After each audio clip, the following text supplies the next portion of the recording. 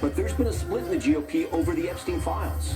Yeah, you're right about that, Tom, both here in Washington and out in the country among his base. The president, based on what he said, is clearly frustrated with this topic. He wants it to go away, but it hasn't yet, and it's not going to anytime soon. And that's partly because of the political pressure from some in his own party, as you just heard about on Capitol Hill. And among voters, polling shows this is one of the few topics where a majority of those Republican voters, the president's base, do not approve of the way he's handled the Epstein case, Tom. All right, and Laura, our viewers may be asking, is there any legal exposure here for the president, civilly or criminally, with these new emails? Yeah, despite the optics here, there's just nothing connecting the president to any crime or any wrongdoing. He has said he did nothing wrong. Even the victim, Virginia Giuffre, said he didn't do anything wrong.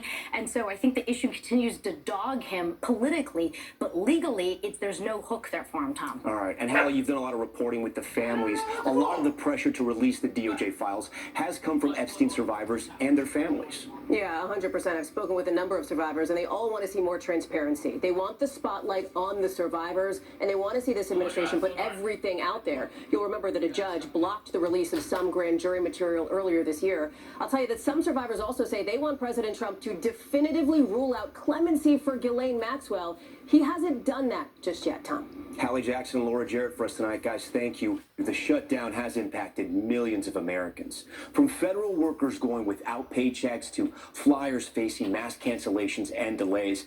Now the question is, how quickly can things return to normal? Here's Tom Costello.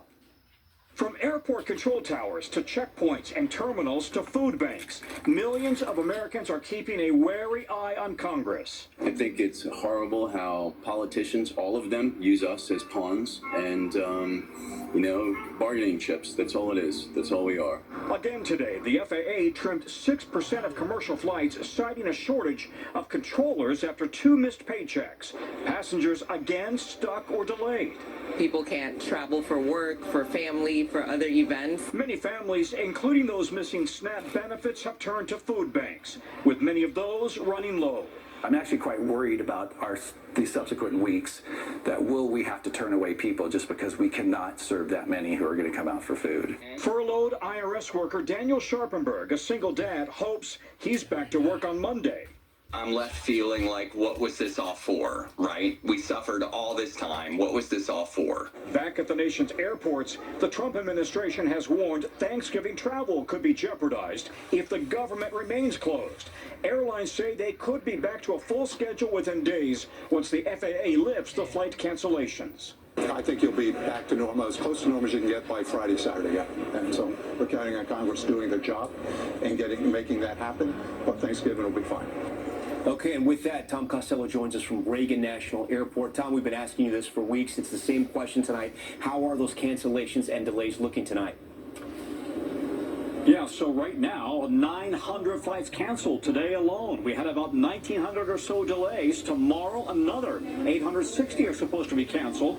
The FAA planning to, again, trim the schedule by 8% tomorrow, but we'll see how this all is impacted by what Congress does, Tom. All right, we hope they can get back on track soon. Tom, we thank you for that. Now out west to a story we've been following here.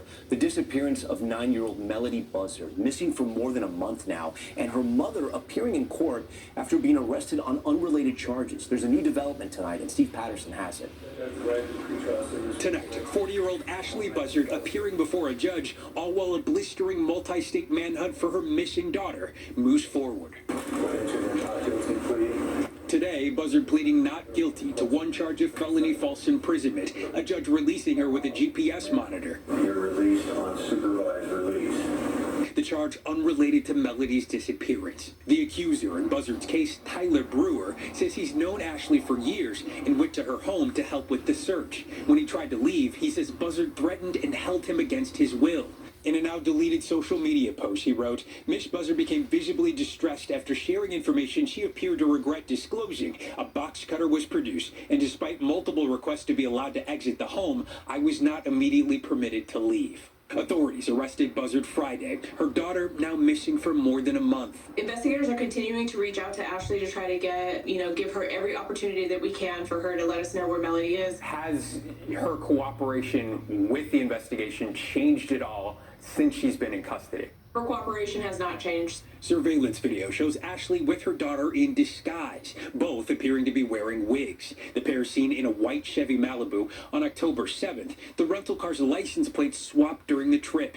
Melody was last seen on October 9th, spotted near the Utah-Colorado border, as investigators say they're committed to bringing her home. Steve Patterson, NBC News. We're also following another development.